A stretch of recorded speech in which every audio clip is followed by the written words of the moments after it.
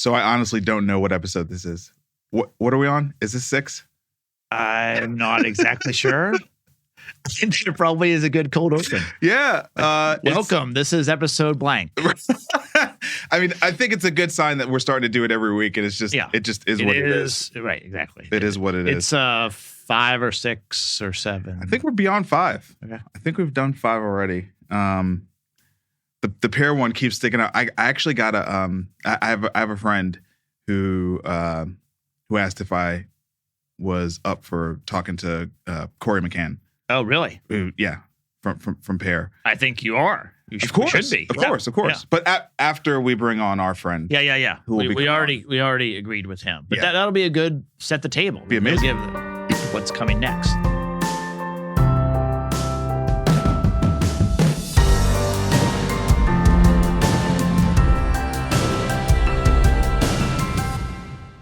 We're going to start today talking about VC. We always talk about VC. It's what we are. Can't help it's what it. we do. Yeah. It's what we Right. do. So There's some big news today. Yeah. I mean, this week. Yeah, big story this week is about Sequoia, and it's a story that's a global story. So it's riding the wave of the whole U.S.-China tension thing that's going on. It's sort of an easy time to put that out. That you're going to separate your global fund into 3 different funds, correct? There's 3? That's right. Yeah. All right. So, break it down. So, What's going on? They're splitting their fund in 3 different independent groups. I think it's a smokescreen for what Sequoia needs to do anyway. But the message was, we are concerned about the U.S.-China relations. It's important for our Chinese affiliate to be able to work independently. Yep. And therefore, we're going to break into 3 parts. And that, like you said, that fits with the narrative of U.S.-China relations are tense. But I've been following Sequoia for a long time because they are the best brand in venture, or maybe one of the top 2 or 3 brands. And of course, we're trying to build a brand. And they have a lot of things that I want to copy, and they have some things I want to avoid. And so I just see this story from a different perspective. And I think it's worth it to sort of dig in, because there's a lot of lessons about what VCs can be great at and what they need to stay away from.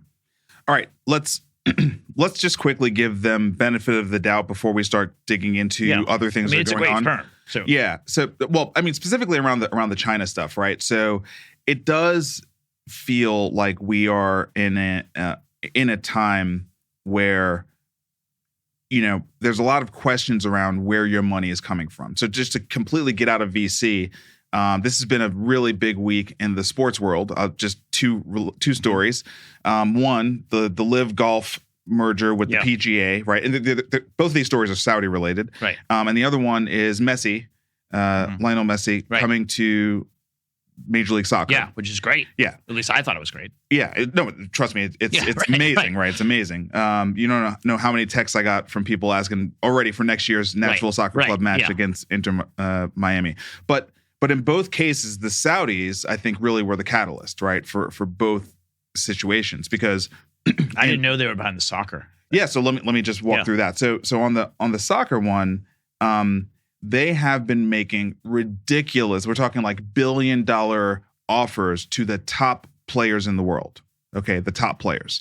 And they've already got Ronaldo, right? So, the next name you think of after Ronaldo is obviously Messi, right? And he reportedly turned down a $1 billion deal to come to Miami. So anyway, the point is, and I'm sure it wasn't just whatever the standard deal was, right? I mean, there's reports about Apple and Adidas collaborating with Major League Soccer to make the deal happen. And, there may be some things where Messi preferred to be associated with Major League Soccer versus the Saudis, but also to pass up $1 billion, you have to sweeten that deal. So in that case, we know the Saudis really made Major League Soccer step up their game, right? Yeah. No question. In the case of Live Golf, I mean, this is just crazy, right? I mean, the whole storyline that the PGA was pushing around 9/11 and all this other kind of stuff. Right. And now, I mean, this is going to be some strong reputational damage that the PGA's commissioner, as well as, a lot of key players who were involved. It sounds like the only person who's coming out smelling like a rose is probably Rory McIlroy, because he sort of stood his ground the whole time. Mm-hmm. I think most people are sympathetic to what's happened to him because he didn't go for the buyout. Right. Anyway, the point I'm just making is that global capital allocation, especially when it's dealing with countries where we're misaligned, meaning the U.S. is misaligned, it's now becoming like a public eye kind of thing. And I think it's probably also starting to show up in diligence and capital allocation. It's probably, a real diligence concern. I think it is. And I think there's a lot of concerns, maybe not in the public eye, but if I were Sequoia, getting my money out of China would be a big concern. The other thing that you didn't mention, but is where I immediately went to, is FTX. Yes. They were in the middle of the FTX thing. Sequoia was in the middle of FTX's fiasco. They put a bunch of money into FTX with not very much due diligence.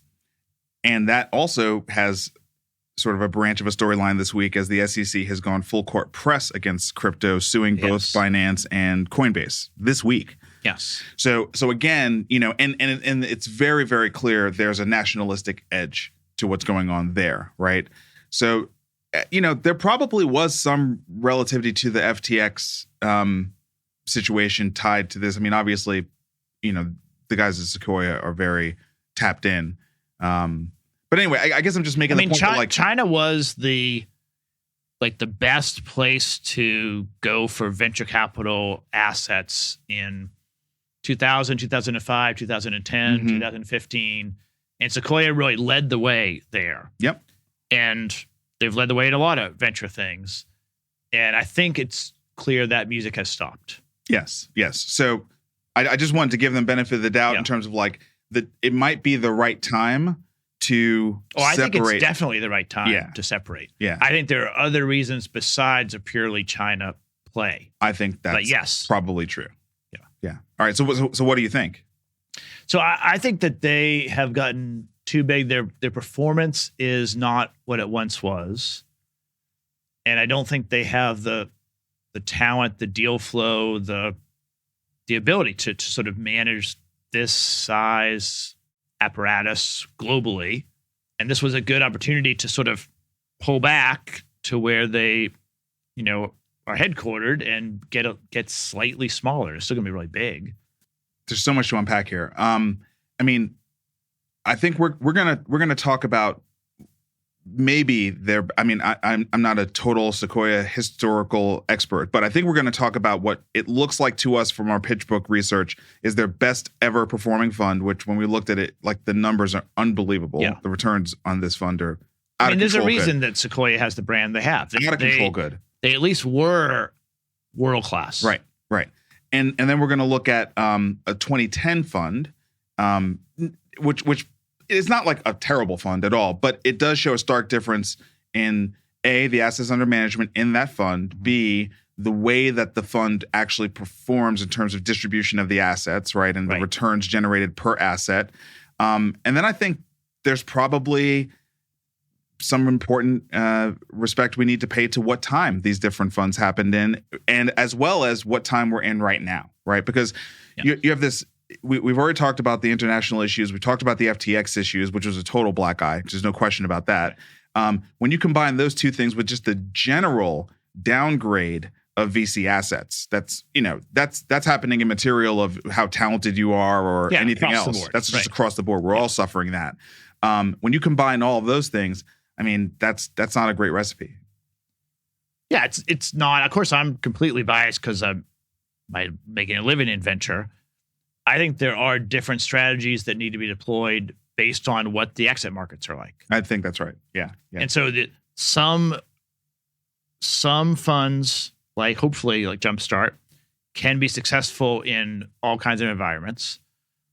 But I think if you raise over $1 billion, in order to deploy it in the investment time horizon and then build something of value and exit, you need a certain kind of exit market or it just doesn't work. That's right. You're highly dependent on what's going on in the macro when those are your inputs. $1 billion plus fund, 10-year window, 5 years to deploy it. Yeah. You need the markets to move in your direction very quickly.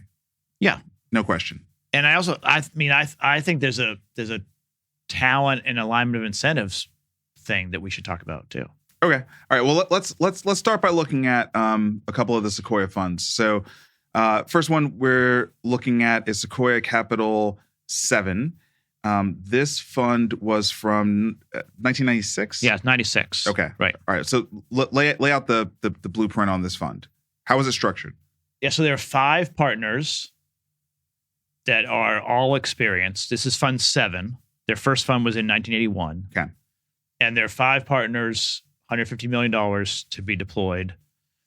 Sequoia is already the best venture capital firm in the world, maybe Kleiner. At this point. Okay. They are the best. And the market got much bigger in the early 90s. So Yale published their results in the late 80s. They had great results. They were the first university to really go heavy into venture.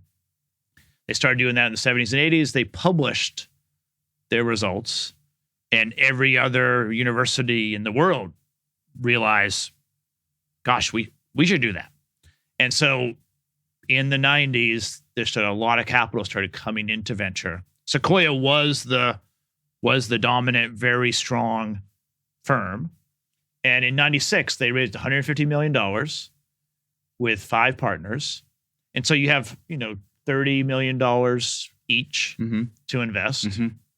And they invested in mostly tech and other things in Silicon Valley. And of course, Netscape went public in 95. And so this was just at the dawn, the very beginning of the internet. Yep. The first time you had a browser and could actually do things that were graphic. And Sequoia was in the middle of that. And, they had Fund 6 and Fund 5 that were also investing in these things. So they're in the middle of the deal flow in Silicon Valley. And it's I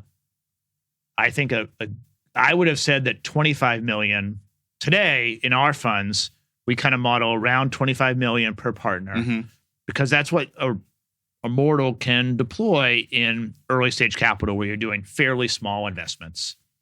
And that's what they put together. All right. And we've got this screenshot of the results from this fund. These results are absolutely legendary. Yeah. And there's a bunch of acronyms that are inside baseball. So let's just quickly define it. So internal rate of return, most people will know that. 174%. That's an annualized number. It's annualized. TVPI is the total value to what's paid in the fund. Right. Yeah. So that's the ratio of how much they have in total value versus what they paid in. A little over 16 times the invested capital. Yeah. Now this next one is the one. So the DPI is the distributed, what they sent out to investors. And so they sent 15x out. Dude. So for every dollar you put in, oh my God, and there were $150 million, they sent 15x. And it's unbelievable. Obviously the carry, they got 20% of the profits. There are a lot of profits. Right. So it's a badass fund. That's a great fund. They are known for this fund and other fund. Their earlier funds were good too. The fund in 92 was 100 million, and it was 110 internal rate of return. And I don't have the DPI, but the TVPI was 15.7. So they're a great firm. Yeah, multiple times they pulled this off. Yeah, and it was a lot of really talented people, but there are 5 main partners.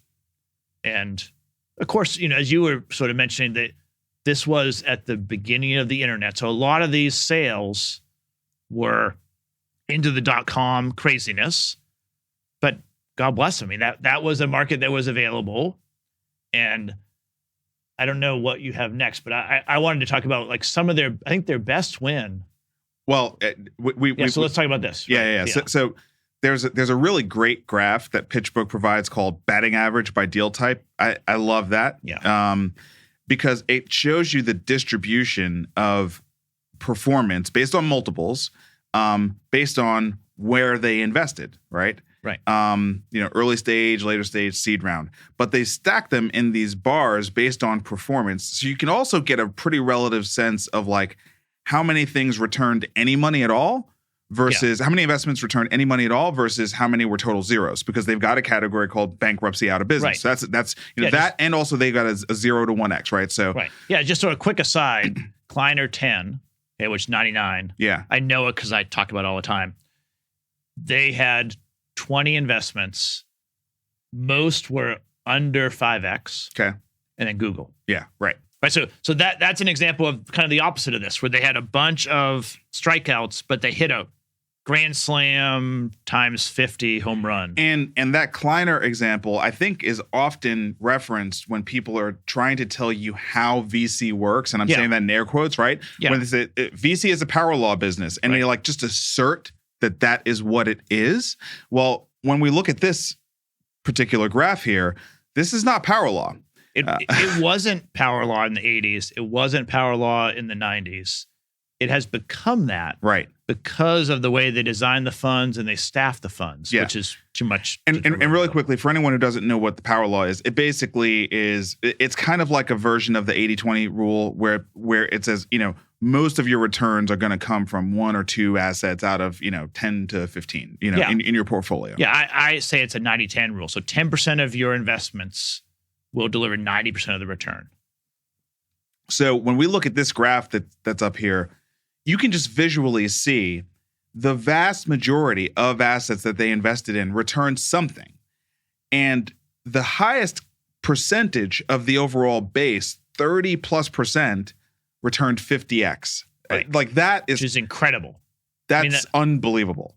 Just for frame of reference, the chart that I use to raise money, it stops at 10 to 20x. Right. Because I don't have the 50x and I aspire to get there.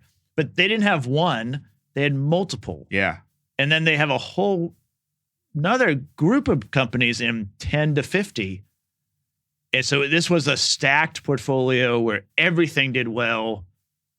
And that's how you get to a huge return like that. Right. So anyway, I just thought this was impressive. And one thing that we need to just emphasize is the fund size.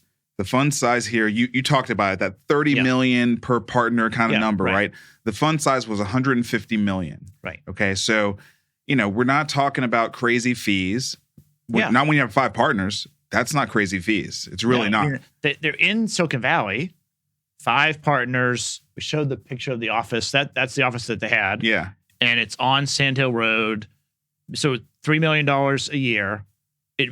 They're paying themselves salary, but they're not flying around in a private jet and things. No. But they did well in the carry. Yeah, the carry is unbelievable. So anyway, you kind of look at this and you would say, the incentives are aligned and that drove incredible performance. And they were very focused not on just one company winning, but, an entire portfolio delivering. Right. And then the other thing that I want to talk about is that these were not unicorns. No.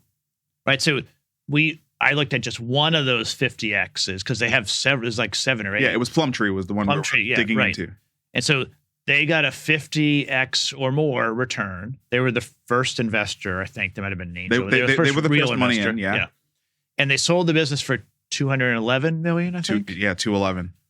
And so that made me smile because that's something that's our game. Right. We're trying to get in early and help these companies make progress and then sell it to a, existing Fortune 100 company for 150, 200, 250. And that's repeatable. I think we can do that in healthcare in a repeatable way. Getting to a unicorn where you somehow get to $1 billion, it's possible if you hit the right market inflection, but it's not always repeatable. And so anyway, they assembled this. Of course, it was in the .com area, but this wasn't like a ton of huge market caps that went to zero. There were a whole bunch of really solid companies. Okay, so now we're going to look at Sequoia Capital 2010. Sorry, I want to start here. Yeah, and they called it 2010 because it's a 13th fund. So they're superstitious. They didn't want a Sequoia 13. Right, yeah, makes sense. So this fund, first difference we need to point out is fund size. It's almost 10x the fund 7 that we looked at, right? So 6 funds later, they've gone from 150 million size fund to 1.36 billion. Now, I think we need to acknowledge, once you have a fund that's sending out 15 times the value paid in, 15 times, your demand, you can raise any amount you want. Your inbound demand is going to be out of control, right? So I don't want to say, look what they did here. They now they stepped up to raising $1 billion, and that's when everything. That's kind of ridiculous. Of course, everybody was beating down their door saying, please let us place money with you.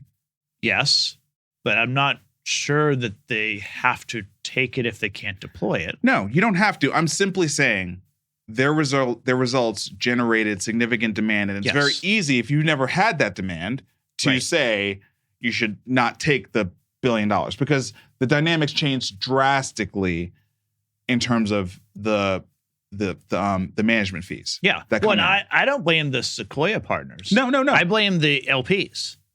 Okay, so the LPs didn't. So this is the beginning of us all learning, right? Like, okay, but if you're investing $1 billion, or you're a piece of $1 billion, you're investing $100 million in a VC firm, you need to do some damn due diligence. I mean, the incentives are different. The 5 people that drove that return, only one is still here.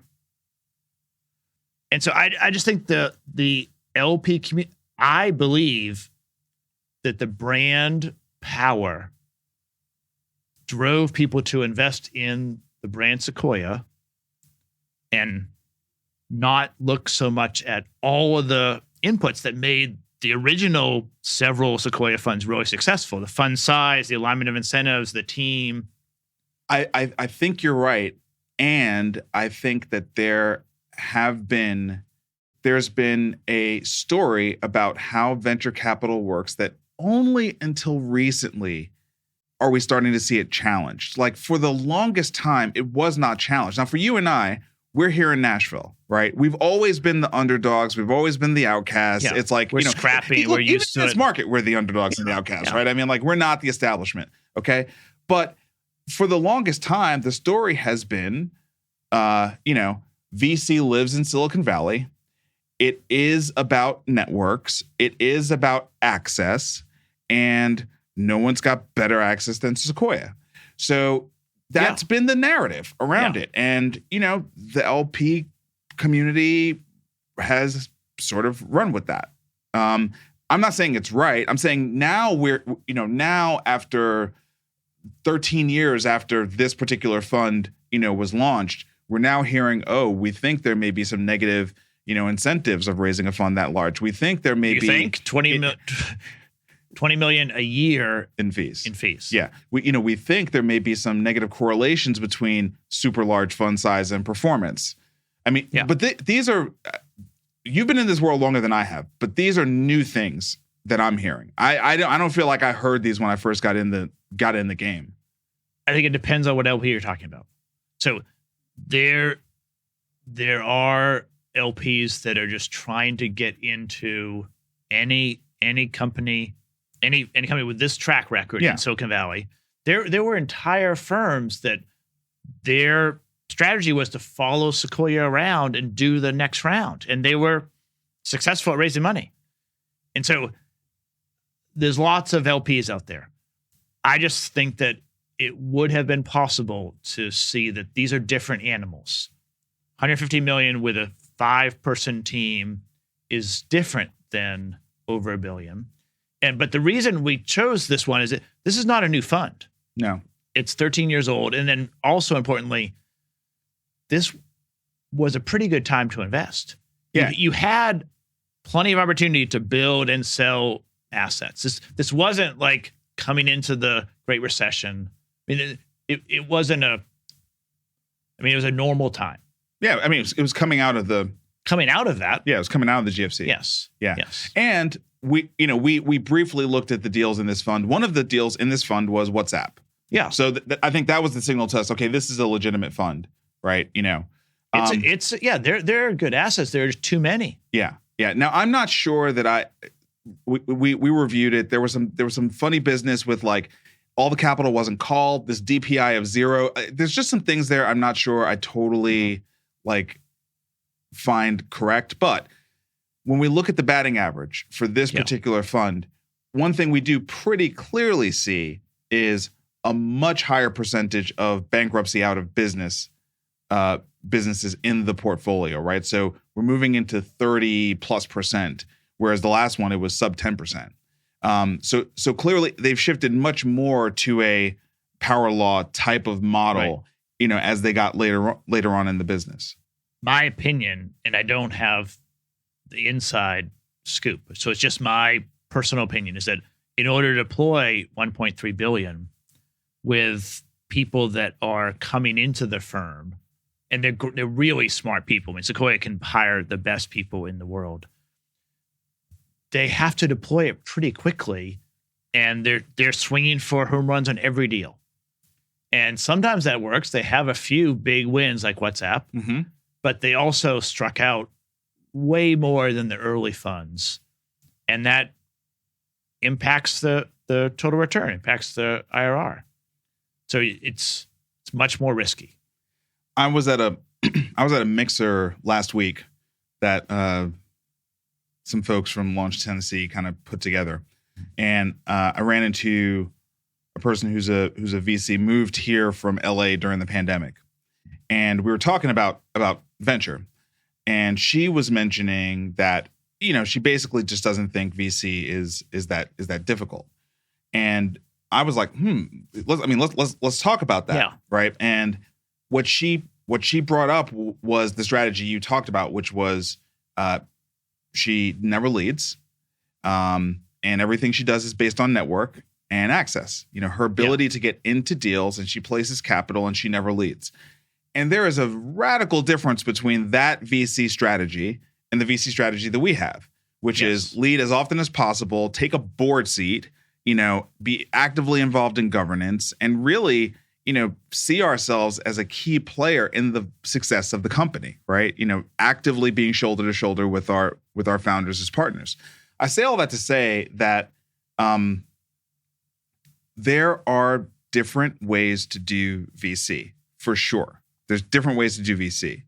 I don't think I could be comfortable doing this version of VC. The only version, just because it's just too much up to chance, right? It's a market timing thing. So that strategy works really well if there's a huge exit opportunity within 2 to 4 years of when you place that follow-on investment. Yeah, but the idea that it's repeatable, right? It's not repeatable. I just can't get comfortable. I mean, it's repeatable when the market gets chaotic and hot, but it's not. You can't make money in every market that way.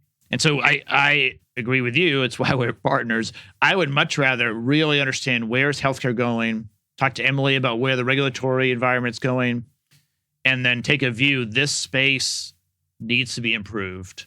Partner with a set of entrepreneurs and really try to lean in, help them make progress, help create value.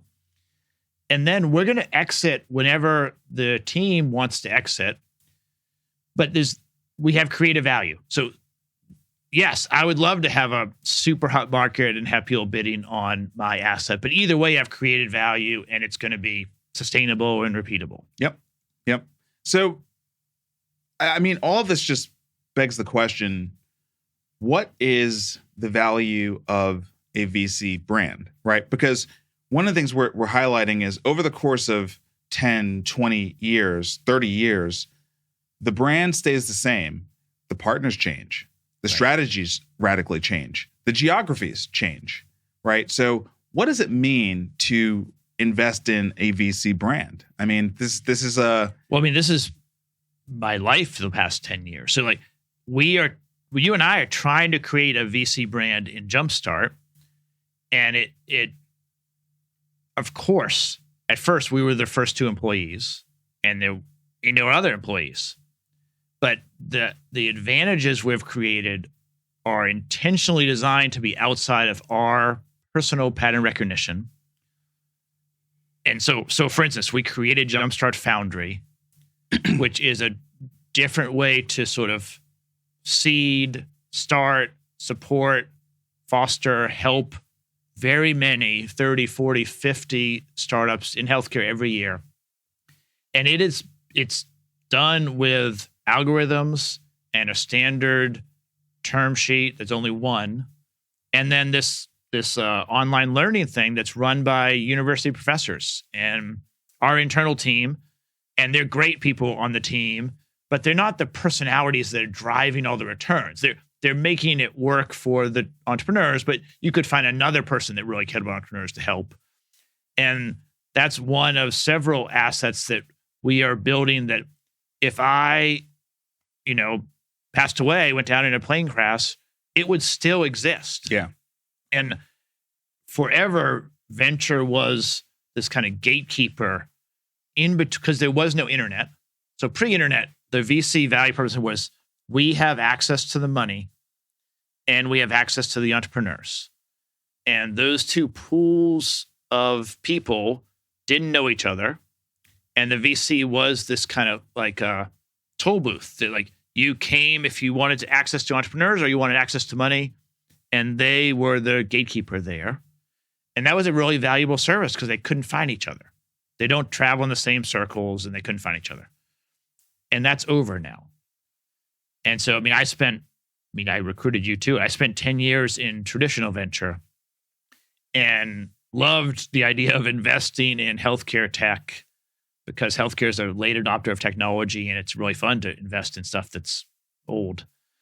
But the model of how venture works hadn't changed since 1975 to 1985, when Sequoia and where I was working and a bunch of early firms created the model. But in 2005, 2008, 2010, when we were playing with this, there was a lot more technology, a lot more data, a lot more capabilities. And so I think we're trying to invent it right now. But the idea that my personal deal networks, or someone that moved here from LA's, her personal deal networks, her relationships that can get her access to a deal, is going to be sustainable if she leaves, that's not real. Those people that invest with her may not want to work with someone new that they don't know. And so it becomes this, it's just like your personal investment strategy. It's not a business, right? So you might invest with that partner for that fund, but it's not fair to say Sequoia was great in 96, and so the same platform is going to be great in 2010. Now, Google or tech-based, Apple, Amazon, they are not, certainly there are personalities that help create that, but there are software assets, proprietary assets, network effects that make a difference. They're also extremely, that last class of companies you just named, they're also extremely productive businesses, right? I think one of the things we've been talking about across different episodes in different ways, but never sort of putting a super fine point on it, is the difference between financially engineering a great return in a deal and investing in and growing up a great company that is productive in the economy and actually makes things in whatever your industry is better, right? And I'm not saying like we've never participated in a deal that didn't actually generate, meaningful outcomes for patients or for workforce or any of those kinds of things. I would say I don't think we ever set out to do that, though. I think we're always trying to build companies that are actually going to work. That's not the easy way to go about it. I don't think it's not the easy way to go about it. It's not the easy way to go about it. Momentum following deals only is the easy way. Yeah. The reason I like to do it the way we do it is it's more resilient. Like if you're a momentum or financial engineering firm, there are times when the debt markets are where they are now, or the public markets are where they are now. That doesn't work. You have to just stop and go home. Right. And that's not that fun. Yeah, and it's not clear when this one's going to end because it's playing out so slowly right now.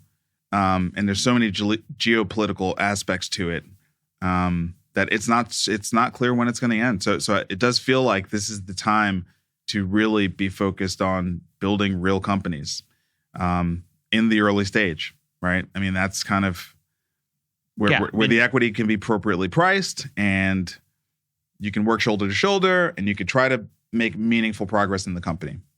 I agree. That's why we do what we do. Our salaries would be bigger if we raised $1 billion. Not that we could, but raising a really big fund and doing a momentum play or financial engineering, you have more management fees. You have less risk.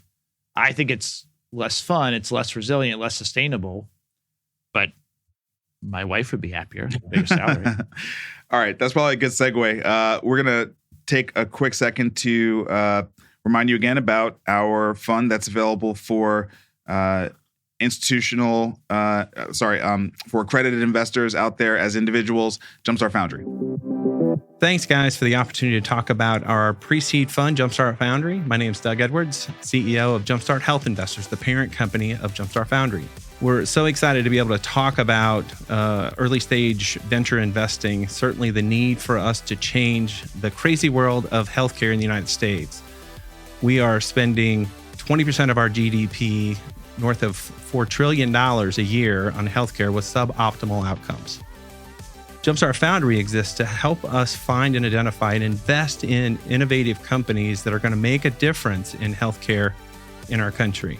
Every year, Jumpstart Foundry invests a fund, raises a fund, and deploys that across 30, 40, 50 assets every year, allowing ease of access for our limited partners to invest to help us make something better in healthcare. Some of the benefits of Jumpstart Foundry is there's no management fees. We deploy all the capital that's raised every year in the fund. We find the best and brightest, typically around single-digit percentage of companies that apply for funding from Jumpstart, and we invest in the most incredible, robust, innovative solutions and founders in the United States. Over the last 9 years, Jumpstart Foundry has invested in nearly 200 early-stage, pre-seed stage companies in the country. Through those most innovative solutions that Jumpstart Foundry invests in, we also provide great returns and a great experience for our limited partners. We partner with AngelList to administer the fund, making that ease of access not only with low minimums, but the ease of investing in venture much better. We all know that healthcare is broken. Everyone deserves better. Come alongside us with Jumpstart Foundry, invest in making the future of healthcare better and make something better in healthcare. Thank you, guys. Now back to the show. All right, we're back. This is a story that when you pointed it out to me, Vic, it made me chuckle because I literally had a conversation with a great founder and investor, who I'm not going to name, who was talking about this very opportunity, which is leveraging AI, specifically generative AI, for mental health purposes and trying to make up for the fact that we have a shortage in therapists with AI so that people can at least reflect or have some place to go when they need to talk. So when I saw this, literally was like the thing I was concerned about when we were talking about this opportunity. We've talked a lot about how AI in the clinical setting is fraught.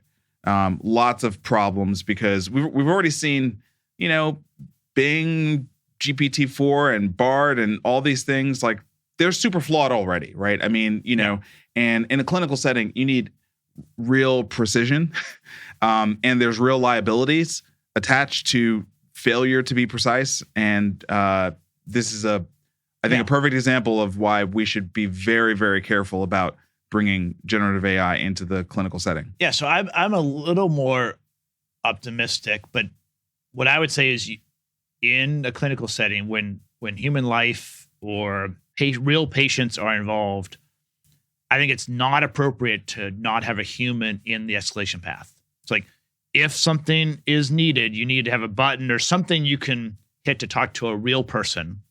Now that it may be that I would say you could help a smaller number of clinicians treat more patients more effectively, give them more support, but there has to be a way to escalate to a person. All right, so let's talk about the story because you found it. Yeah. So this company, it's called, I forget what it stands for, NEDA. It's been around for 20 years. It's the National Eating Disorder Association, maybe? I think. Yeah. So for 20 years, they've had a support help desk where if you have an eating disorder or you think you might, you can call and get support, get referred to somewhere. They've been around for a long time. They have a group of volunteers, a few employees. They started using a chatbot in partnership with a San Francisco-based AI firm called CAS.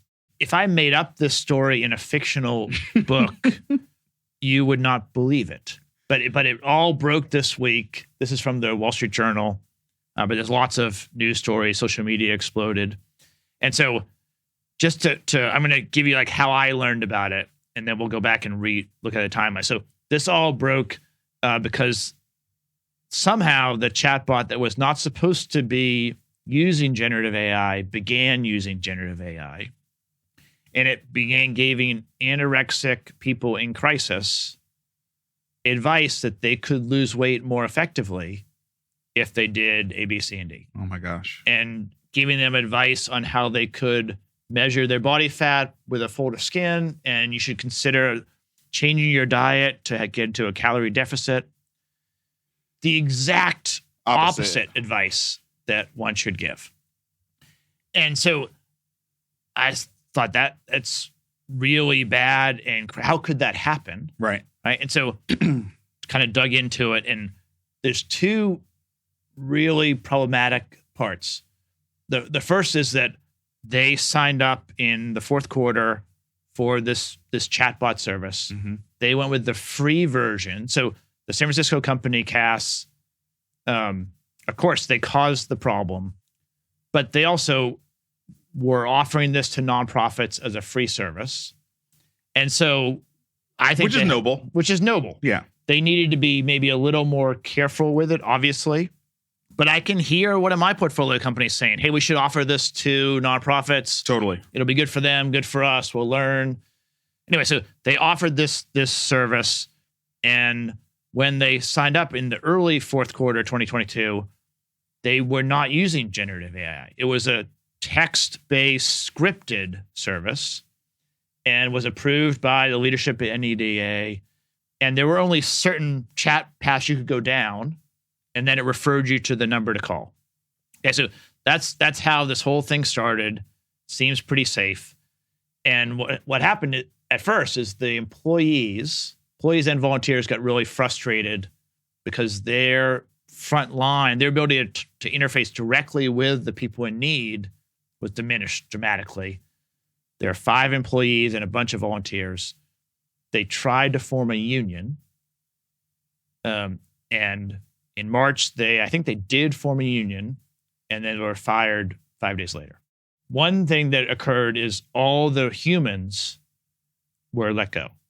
Then the second thing that happened is sometime between when they turned it on and last week, CAS decided they would add in a generative AI toolset, which was allowed under the terms and conditions of the agreement, but obviously was not a good idea.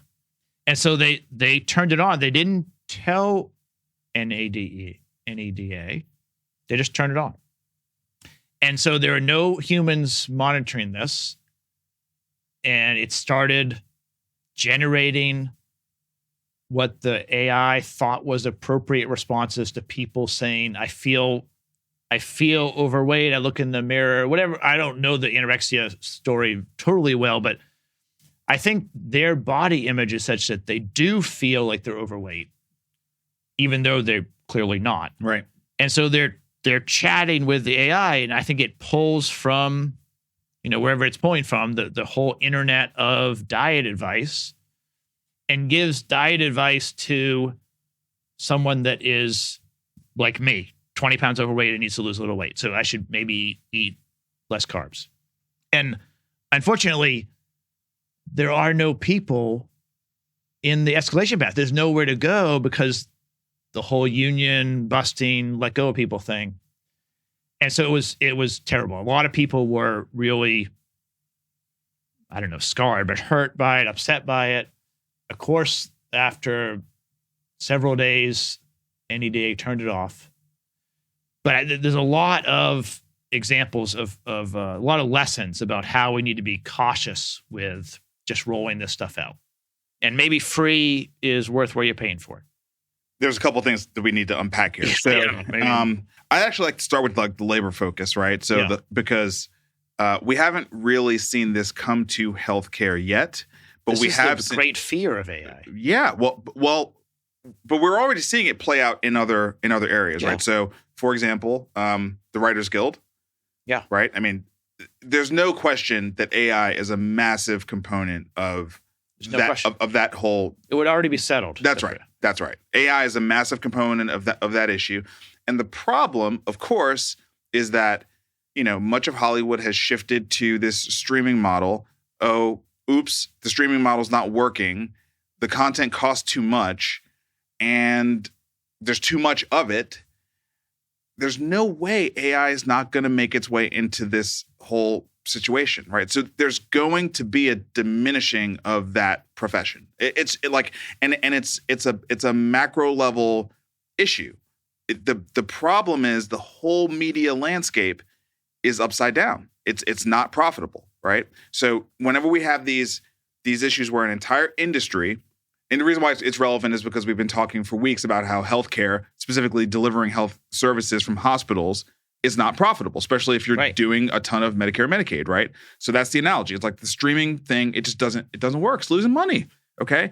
And the Writers Guild folks, they are up against a very long, hard battle. I think it's going to be very, very tough to get these production houses to agree that they're literally going to not use AI. I mean, it's not going to work. I can't see that happening. I mean, they may delay it. That's the best case. The next one, Business Insider, right? All of their writers basically said, we're striking. Don't test our resolve, and it's like, I think this is going to be really, really difficult. So this is the first instance I've seen of something that we're seeing in the media landscape, right? The content in the media landscape happening already. That's already happening in that space. We're now starting to see it happen in healthcare. This is where you might expect it to happen first, right? In mental health, right? Where we have a shortage, but amazing that this organization just as a union busting, method has used AI and just immediately proactively fired people, putting themselves in this kind of situation. I mean, that's one of several lessons, right? Like, I would rather NEDA decide we have this chatbot. Let's now reach out to 20 times more people and from a triage perspective and reach everyone. And then, yes, when they need more help, they'll be triaged and they'll get to one of our volunteers and then triage further to one of our full-time employees. Right. And instead of keeping the same volume of patients and cutting their staff, let's reach out to more patients. There's a lot of patients that need mental health. That, I think, is viable. There's a lot of complications to make sure it's done right. But the idea that you don't need the people because you're going to replace them with a bot, even if it's a well-done bot, which this wasn't, it's still not right. Like, it's not appropriate in my mind to have healthcare tools that have no humans involved. Yes, and we've been talking thematically about how AI is going to be this ruthless weapon that organizations that believe they cannot navigate the durable rising cost of labor in an otherwise challenged market, right? Spending is down, revenue's down everywhere, but somehow my cost of operating is going up. I don't know what the right or wrong thing is here. I totally agree with what you just said, but I'm saying we're going to see this dilemma continue to play out, right? Organizations feeling like they're pinched and moving way too quickly in the AI space, quite frankly, because there's such a lack of a roadmap. There's no regulatory apparatus in place. So there's nothing to stop them from making these kinds of decisions. Yeah, there's nothing to stop them except that, I believe that the culture of the nonprofit or the culture of a health system, the culture of a startup is what makes it really work well and grow. People want to work there. They feel part of something bigger than themselves. And I think it's possible to leverage AI as a part of that culture and use it to do something that's more impactful than you could do without artificial intelligence. It's not appropriate to use the technology tools to kill the culture and send everyone home. That's just not the right approach. That sounds good if you're not burning cash. All I'm saying is that the economic scenario that we're in right now is going to continue to present situations like this, where people in positions of authority, they're under pressure. Their balance sheets are going upside down. Their P&Ls look like a disaster. Labor is the place where they're getting hammered hardest. And they've got these new fancy AI things that they can just quickly swap, people out and AI in. So anyway, I'm just saying this is something new that we didn't have in previous, cycles like this. Like, we didn't, maybe we had machines, but this is a completely different beast. This ability to swap AI in for a person. And even if it's going to do less good work or whatever, it doesn't change the fact that you can make that decision. So I anticipate, unfortunately, more of these stories coming up, because I think more leaders are going to make what you could argue is the wrong decision. Look, to me, this is clearly the wrong decision, right? I mean, as bad as it is for the people who lost their jobs, it's really, really bad for the person who's suffering with anorexia to get absolutely the opposite message they're supposed to get, right? So just from a compassionate perspective, this is very, very bad. However, economics are real. The burning cash scenario we find ourselves in is real. And I think we're going to see more and more of this, which should put a flame under our lawmakers to actually do something to put some type of regulatory framework in place. I have no confidence that they can do that. I think the genie's out of the bottle, and there's nothing regulators can do to stop AI. Well, stop it is, I'm not saying stop it. I'm saying you got to be able to say something like, hey, software developer, you cannot just add generative AI to your product without properly informing your customers. So this is a perfect example. Yeah. This organization, NEDA, didn't even know they were using generative AI, right? So there are things that we can put into place that can, look, I think about it kind of like smoking, right? People still smoke all the time, but at least there's a warning on there, Surgeon General warning. Smoking this will do blah, blah, blah, blah, blah. Are we even properly getting warned about all the downsides that can happen from AI? I don't think we're getting warned at all. So look, there are little things that we can do that, look, they're not stopping it, but they can be speed cushions at a minimum. Slow you down enough to really make sure you're doing the right thing here, before you decide to fire people for generative AI that's going to literally tank your organization's reputation. Well, I think there's a lot of industries that are going to be a lot more difficult, like the Screenwriters Guild, than healthcare. Yeah. So in our space, I think that there are so many needs. The right question for someone at a health system or a payer is, what is the highest and best use of my human talent? And then where can I make them more effective, more efficient, and offload some of the mundane, mind-numbing work that has to be done, but is not really necessary for a human. For me, empathy is where humans outshine machines. Mm-hmm. It's not that AI can't be trained to project empathy in a fake way, but it's not the same as a nurse, kind of holding your hand and helping you understand what treatment you're going under. Obviously, not the same. It's not the same. And so what can we do in healthcare that sort of allows the humans to do what they can do that no machine can do, and then take away some of the duties that are not necessary? I think in healthcare, there's plenty of work for humans to do because a lot of empathetic care is needed. There are other industries where I think they're going to have a bigger challenge. They're not going to need many people, but someone else can worry about that. All right.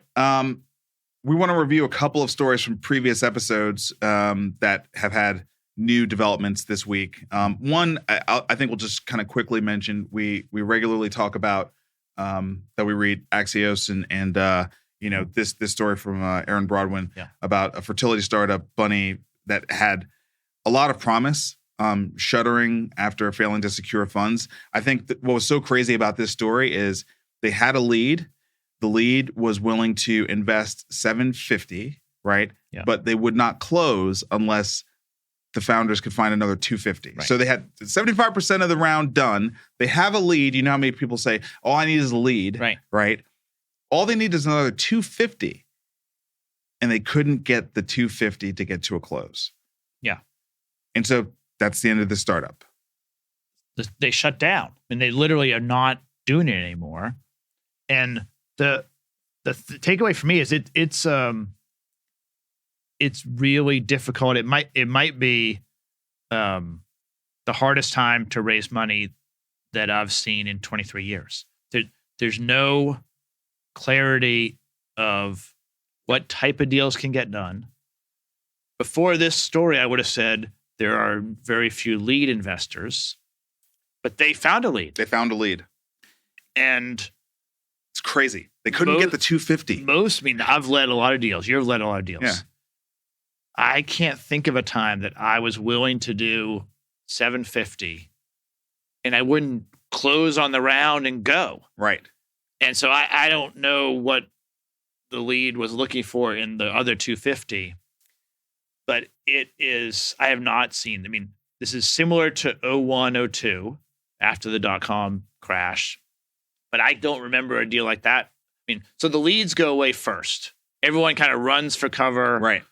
But you still have to deploy some money, so you wait for someone else to lead and do all the work. But this is the first time in my career I've seen a lead deal fall apart when you have 3/4 of the money. Yeah. So, look, I think the only thing we're just sort of bringing up here is continuing to talk about the difficulty of the capital markets, continuing to talk about being much more vigilant in your capital conservation, your capital efficiency, and much more conservative in your projections about how successful you're going to be in raising money. This is a brutal story to me. Yeah. To have a founder working on an important company. They went through an accelerator. Yeah. They come out of the accelerator, they get a lead investor. And then 3 months later, it's all over. Yeah. But by the way, the name of the company is Bunny, Bunnii. I hope this founder takes another run at something. It's sad.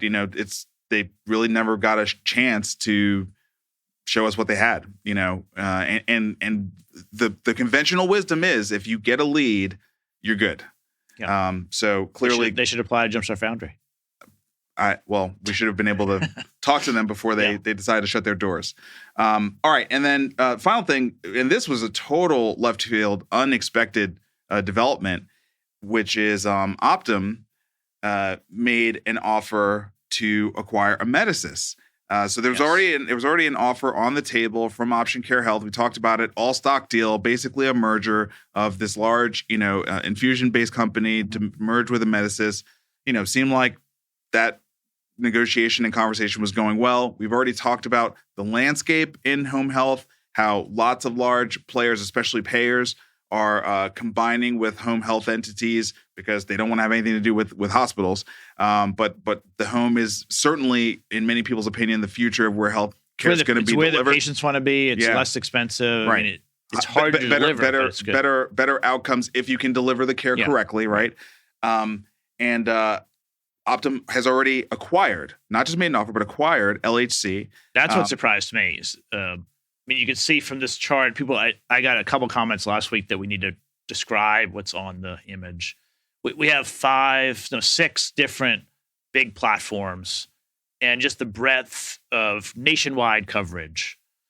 LHC and Optum already have a lot of the country covered. Sure. They've already acquired LHC.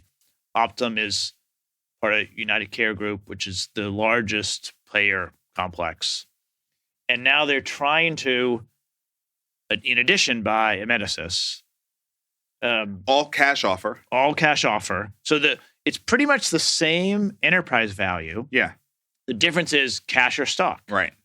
And I don't know. And hold on. And by the way, we presented when we talked about this whole home health consolidation thing that was going on. Yeah, 2 weeks ago we talked about all this. We showed Amedisys' stock performance. So I think very good move by Optum to make an all cash offer, because I'm sure many of the Amedisys investors are probably taking that very seriously, thinking, hey, listen, it would be nice to go ahead and redeem now.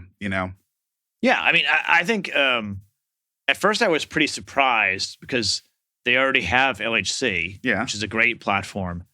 But as I was preparing for the show and kind of thinking about it, it's kind of a brilliant move by Optum. They're pretty smart. Like, it's kind of like a heads we win, tails you lose thing. Right?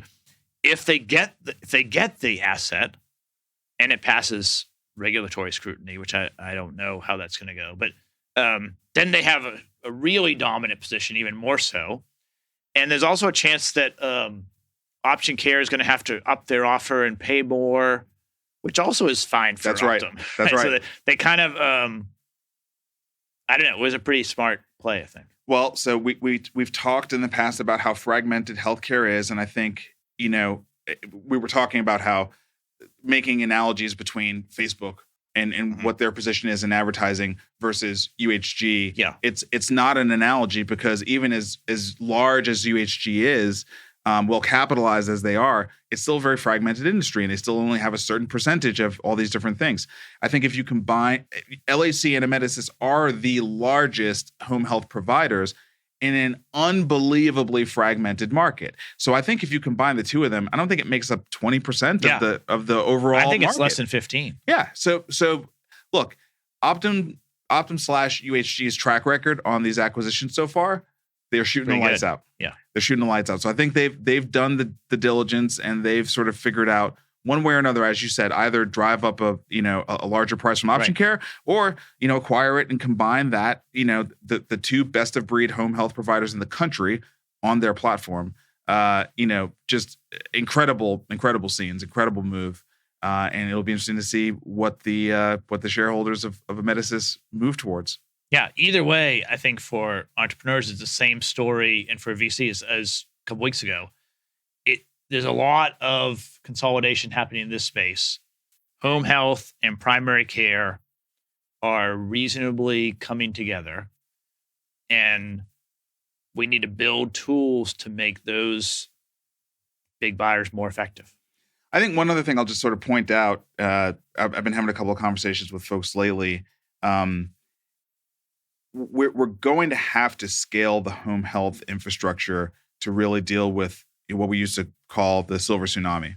Our growing population of senior citizens that are, going to need more and more care, and we don't have the facilities to take care of these people. I mean, literally, we don't have the brick and mortar facilities to take care of these people, and we certainly don't have the labor force in these brick and mortar facilities to take care of the growing number of seniors that are going to need care. And people don't want to go to those facilities.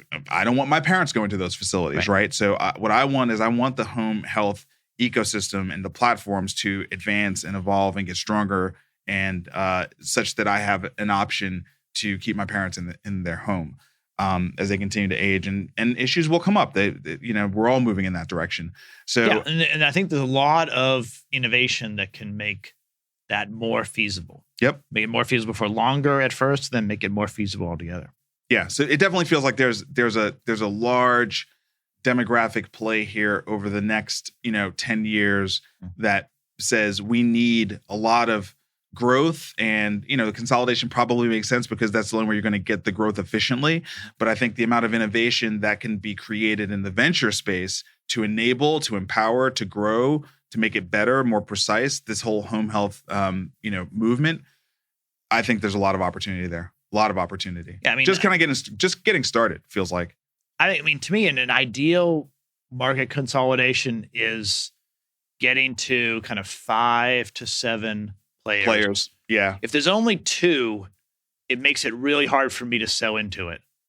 But if there are 60, then no one has enough power to really spend any money or do innovation. That's right. And so I think this is healthy for us, Yeah. for innovation in general. I agree. I think it's good. And also, the more that this gets connected into payers, the better the pathways for reimbursement and other things will be. And that's also something that's needed in this space. And they'll sort of pull it together where they have the entire risk book, so they can add home health in a way that someone who doesn't have that whole view of the patient can. Yep. So I think it's positive. All right. Another fun show. Yeah. Busy week. We'll see what happens next week. As always, see you next week. Bye. Bye.